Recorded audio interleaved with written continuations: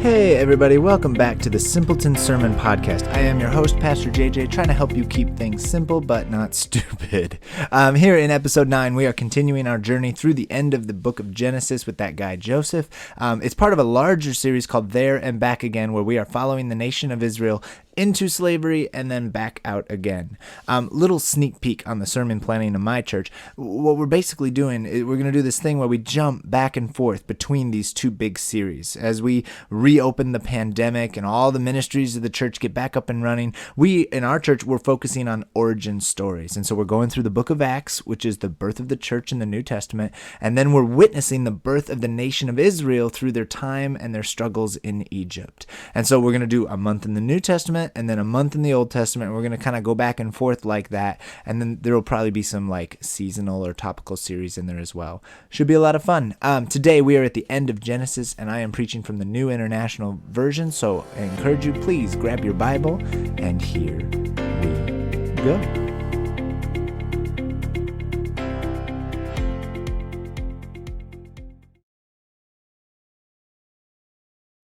The purposes of God often develop slowly because his grand designs are never hurried. There's an old story about a pastor in New England by the preacher by the name of Philip Brooks. And Pastor Brooks was noted for his poise and his calm demeanor. But at times, even he suffered from moments of frustration and irritability. And one day, a friend came up to him, and he was pacing down the hallway, pacing back and forth like a caged lion. And his friend said, "What is the trouble, Mr. Brooks?" And Philip responded and said, "The trouble is that I'm in a hurry, and God is not."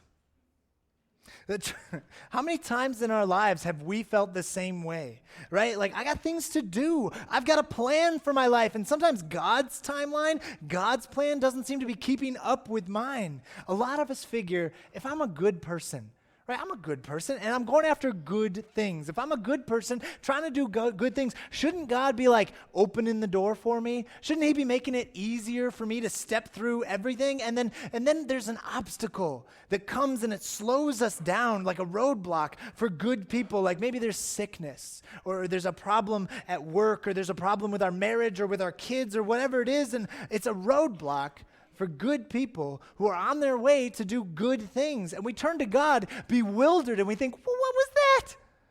Right? Like, why would you put an obstacle in my way? I'm one of the good guys. What is this doing in my way? Some of the greatest missionaries in history have spread God's word all over the world, and they were devoted. They did everything right, and yet still, sometimes they saw no fruit from their efforts.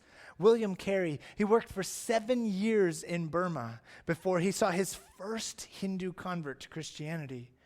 There's a guy, his name is Adoniram Judson. I always mess that up a bit. But Mr. Judson was a guy with the exact same story. He did 7 years of faithful preaching before he was rewarded with a single changed life.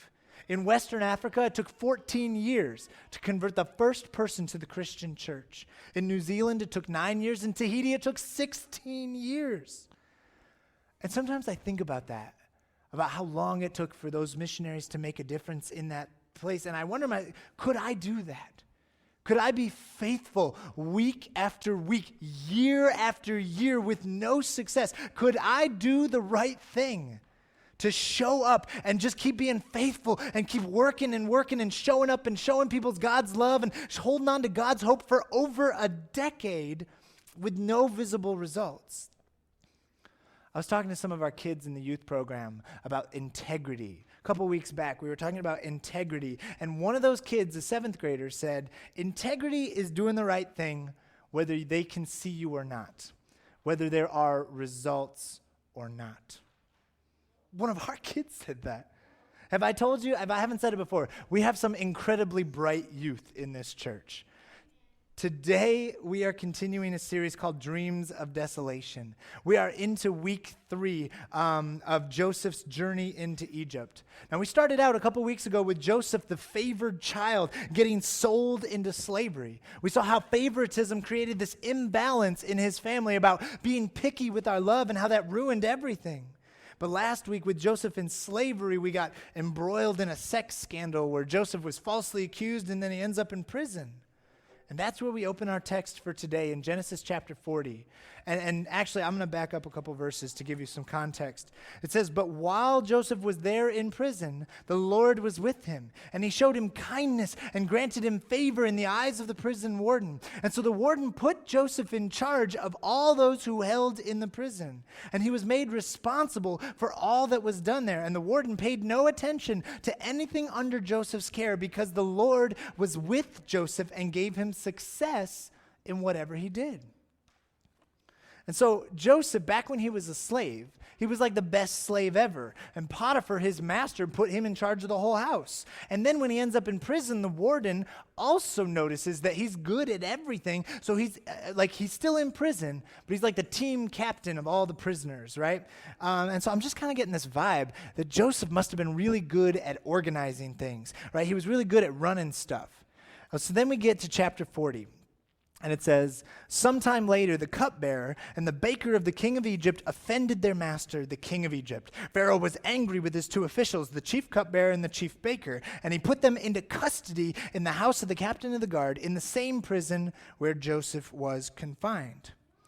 Now, to really understand this, we got to look at the roles a little bit. Pharaoh in Egypt is a lot like a king, right? He's this glorified leader of the entire country. He's like royalty that is almost worshipped. Now, the cupbearer, obviously, is the guy who holds the cup, right? That's pretty simple. Like if you imagine Pharaoh sprawling, like lounging on his couch, right? And you always see those servants sitting around him, right? Which ones do you picture? There's always the fan boy, right? The guy with the big leaf standing next to Pharaoh. And then there's the grape boy, right? The one with the little cluster of grapes that he's holding up for Pharaoh. And then maybe there's footstool boy, the one who has to crouch down when Pharaoh wants to stretch out his legs, right? I hope I'm joking, I don't know. But he had a lot of servants standing. And then there was the cupbearer who stood there holding the cup. For a lot of us, when we think of Pharaoh, we have this picture of a spoiled king being surrounded by servants. And there's probably some truth to that. That really was what it looked like. But there's this theory put forward by some scholars that a lot of times the servants may have been more than just servants. These servants may have been confidants, right? These are people that Pharaoh could talk to, people that Pharaoh might listen to. They're around him all the time, right? And so it's like your handmaid, right? It's someone you can share with, someone you can confide in. But evidently these two did something that upset Pharaoh, and so off to jail they go. And verse 5, "Each of these two men, the cupbearer and the baker of the king of Egypt, who were being held in prison, had a dream the same night, and each dream had a meaning of its own. And when Joseph came to them the next morning, he saw that they were dejected. So he asked Pharaoh's officials who were in custody with him at his master's house, 'Why do you look so sad today?' 'We both had dreams,' they answered, 'but there is no one to interpret them.' And Joseph said to them, 'Do not interpretations belong to God? Tell me your dreams.'"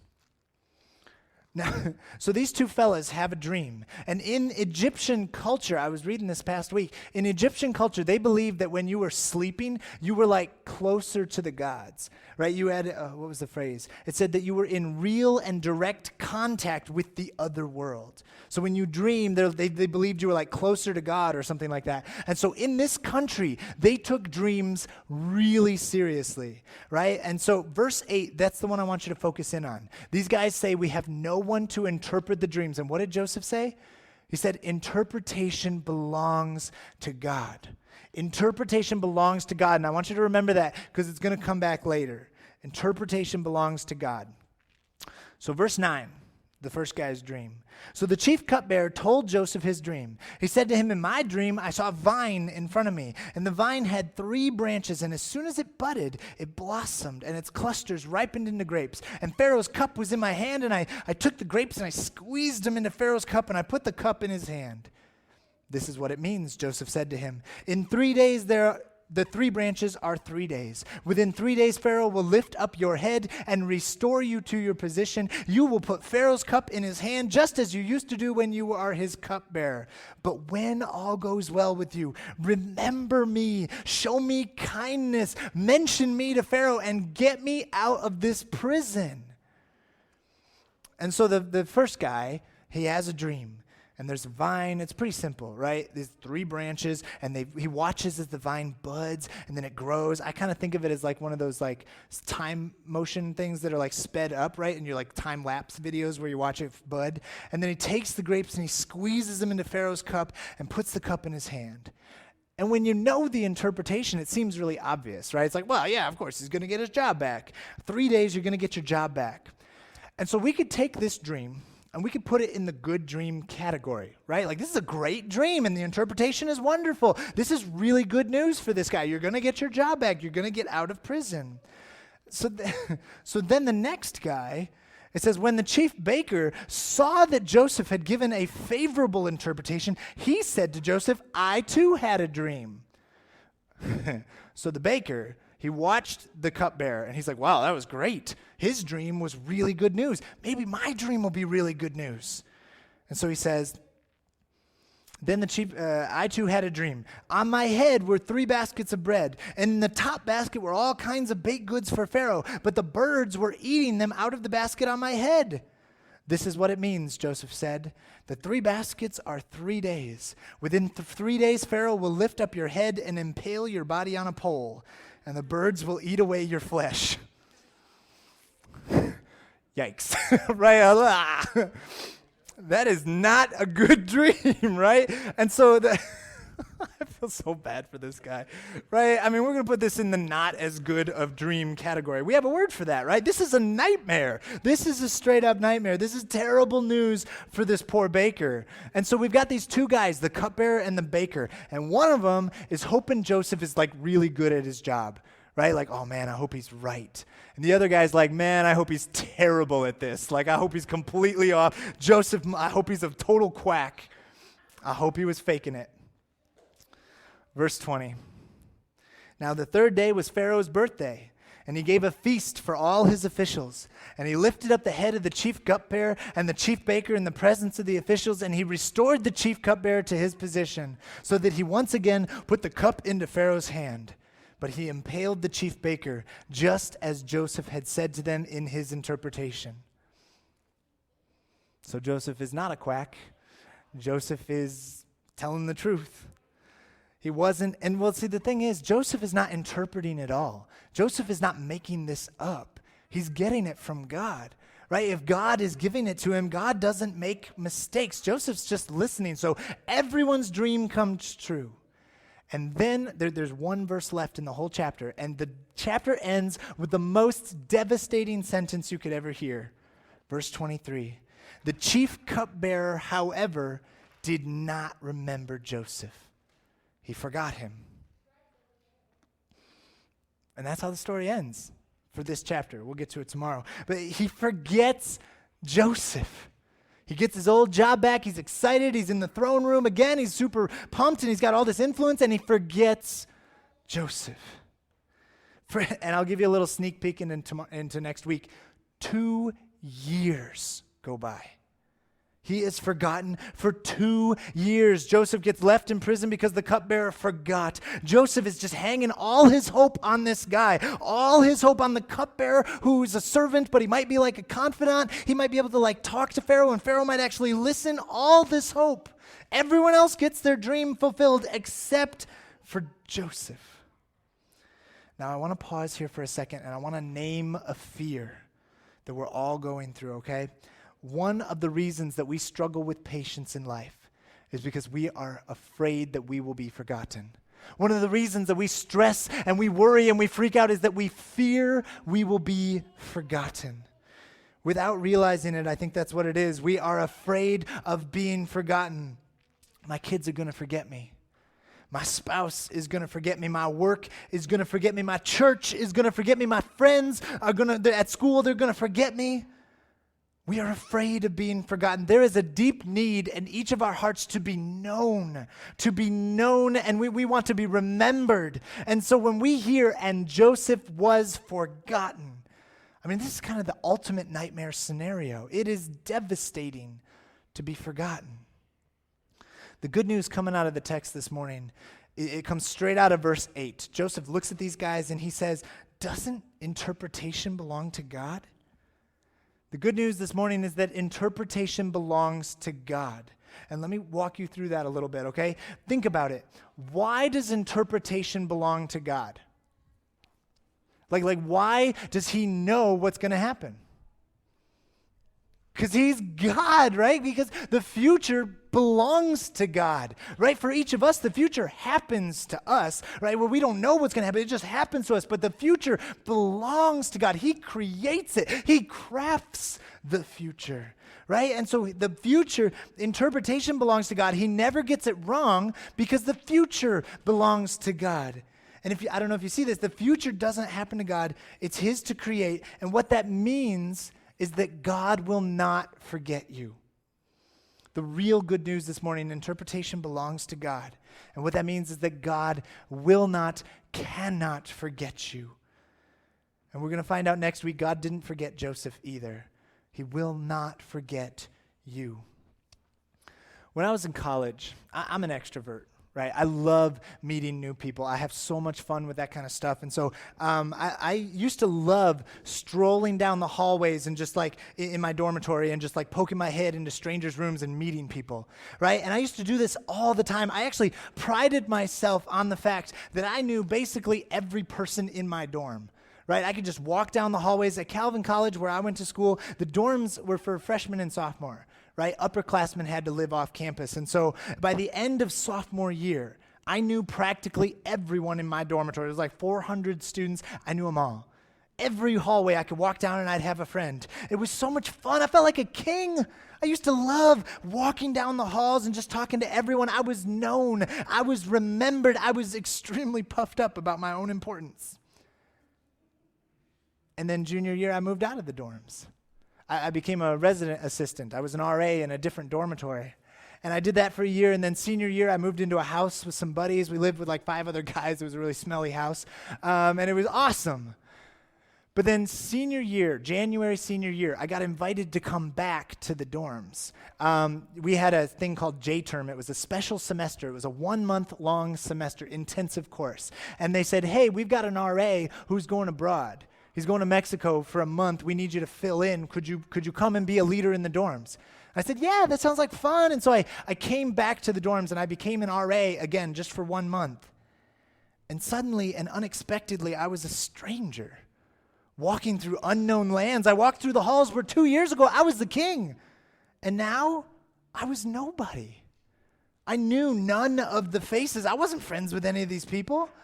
And within just a few years, I was completely forgotten by this place that I had called home.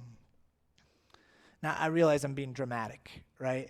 Of course I was forgotten. That's how school works, right? We all move on and the school forgets us. But I think this gets at a deeper issue that's going on in our lives. A lot of our stress, a lot of our worry, our deep-seated fear of this world is based on the fact that we will be forgotten by people and places that matter to us. The uncomfortable truth that we are dealing with today is that the world will forget us. Like the cupbearer forgot Joseph, but God will not forget you. Interpretation belongs to God. The future is his, and he will hold each and every one of you close to his heart. God is not going to forget you or your story, and that is great good news. And so coming out of that, I have 2 challenges for you, okay? Number 1, trust in God. If interpretation belongs to God, if the future belongs to God, if God is trustworthy, we need to trust him. But wait. Here's my problem. I just got up in front of a group of a comfortable church, and I said a cliche Christian thing, right? I said, trust in God, right? The big challenge today is to trust in God. And as soon as those words left my mouth, half of you fell asleep with your eyes open. I yell because I care, okay? This challenge is one of the most significant and difficult things that a pastor can ask you to do. It's so basic, and it's so simple that you might think it is easy, but it is not easy to trust God. Every single day we get up, we turn on the TV, we pick up the phone, we listen to the radio on the way to work. We are bombarded by 1,000 different messages, all saying the same thing. Do not trust God. be afraid. Be very afraid. Our culture, our news, our social media, they traffic in your fear. They want you to wake up and freak out. They want you to turn to them for answers. When I say trust in God, you might be thinking, well, that just means, you just sit there. You just sort of passively trust God.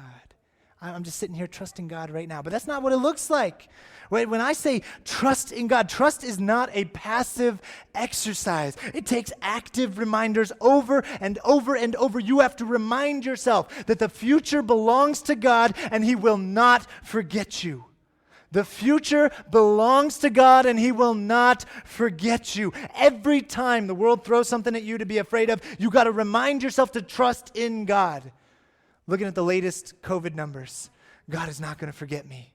Looking at the horror stories coming out of Afghanistan and all these people who are so desperate to escape, God is not going to forget them. Looking at the storms and earthquakes in Haiti, the hurricanes on the East Coast, the fires on the West Coast, God will not forget them. People fighting about vaccines and masks, and we're always finding new ways to divide and hate each other.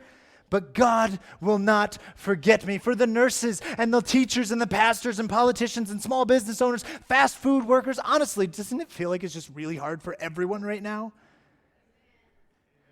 But God will not forget you. Don't sleep on God's trust. Don't delude yourself into thinking that trust comes easy. You are getting 100,000 messages coming at you every single day, propped up by a multi-billion-dollar advertising industries, and you think you're going to combat that with, 90 minutes on a Sunday morning? No.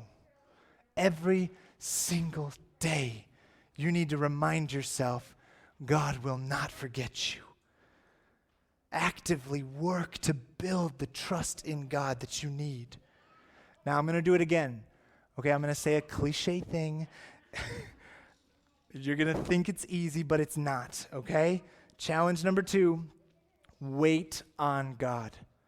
Wait on God's timing, right? And I know it sounds cliche, it sounds easy, but honestly, it is so hard to wait for God, trusting God's timing. I mean, that means that we don't have to worry about what God's going to do.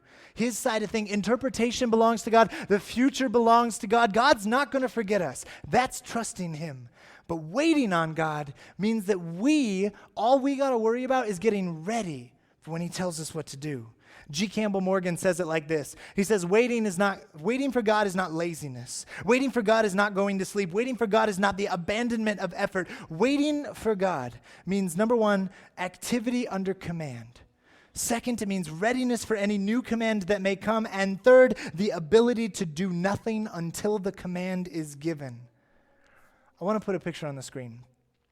When I say wait on God, some people seem to think I mean this guy over here. When what I really mean is this guy over here, right? That athlete, they're both doing nothing. They're both waiting. But you see the difference, right? The athlete is waiting, but he is coiled. He is ready to spring. They're both waiting, but there's a difference in posture. Did you know that the Navy SEALs train all the time? When they are on, they don't get back from a mission and then go to the couch, right? They are going. They get up the next morning, whether they have a mission or not, and they get back to training. They have rules. They have to shoot X amount of bullets. They have to run X amount of laps and do whatever their exercises are. Every day, whether they're being sent out or not, they have to get up and do these exercises. I was watching a Navy SEAL talk about his experience, and he said it's about the muscle memory. Right? They draw their weapon and they shoot at a target 100 times a day. They do it over and over so that when they are in the middle of a mission, their arm just knows what to do. It's that muscle memory. It knows how to draw. That's the way we should be waiting on God. When I say wait on God, what I mean is I want you to let your posture be that of an athlete who is waiting for the starter's pistol. Let your posture be that of a soldier who is waiting for the command to go out. If you trust God, then waiting on God means you are getting ready for God to move. And there is one last piece to this. At the end of the story, Joseph is still in jail. We're going to start next week in jail with Joseph. God was with him every step of the way, every day that he was in jail, but he had to wait for years to get God's answer to his prayer. Waiting on God, it takes preparation like a Navy SEAL, but it also takes endurance. It takes so much. So take the lesson from Joseph. Pray for endurance during injustice. Pray for endurance. Take a lesson from Joseph. God will not forget you. Whatever season you are going through, whatever oppression or darkness you are facing, God will not forget you. Even if we have to endure for years, God will not forget you. So pray for endurance. Pray for patience. Pray for trust. Pray for that daily reminder that the future is God's, and He's got this. God will not forget you. I think about those missionaries who worked for years before even one person came to know Jesus. And I wonder if I could trust God that much. Could I wait patiently and trust that God's timeline is better than my own? Could I endure in the midst of injustice and fear and stress and worry? Can I endure? Can I believe that God truly is the one in control? It's a simple thing, but it is not an easy thing. And so I'll leave you with this. Every single time the world throws a fear in your face, may you remind yourself to trust in God. May you wait on God like a soldier waiting for a command, like an athlete waiting for the starter's pistol. May you endure through every injustice that you face by holding on to the simple truth: God will not forget you. Amen. This has been another episode of the Simpleton Sermon Podcast. I have been your host, Pastor JJ. Thank you for joining us. If you appreciate the content, please like, subscribe, follow, whatever it is. Leave a review so that other folks can help. They can find Christian content aimed at helping people grow in their faith. We have one more episode in this series, and I'm very excited to see that come together. But until then, I will be looking forward to the future.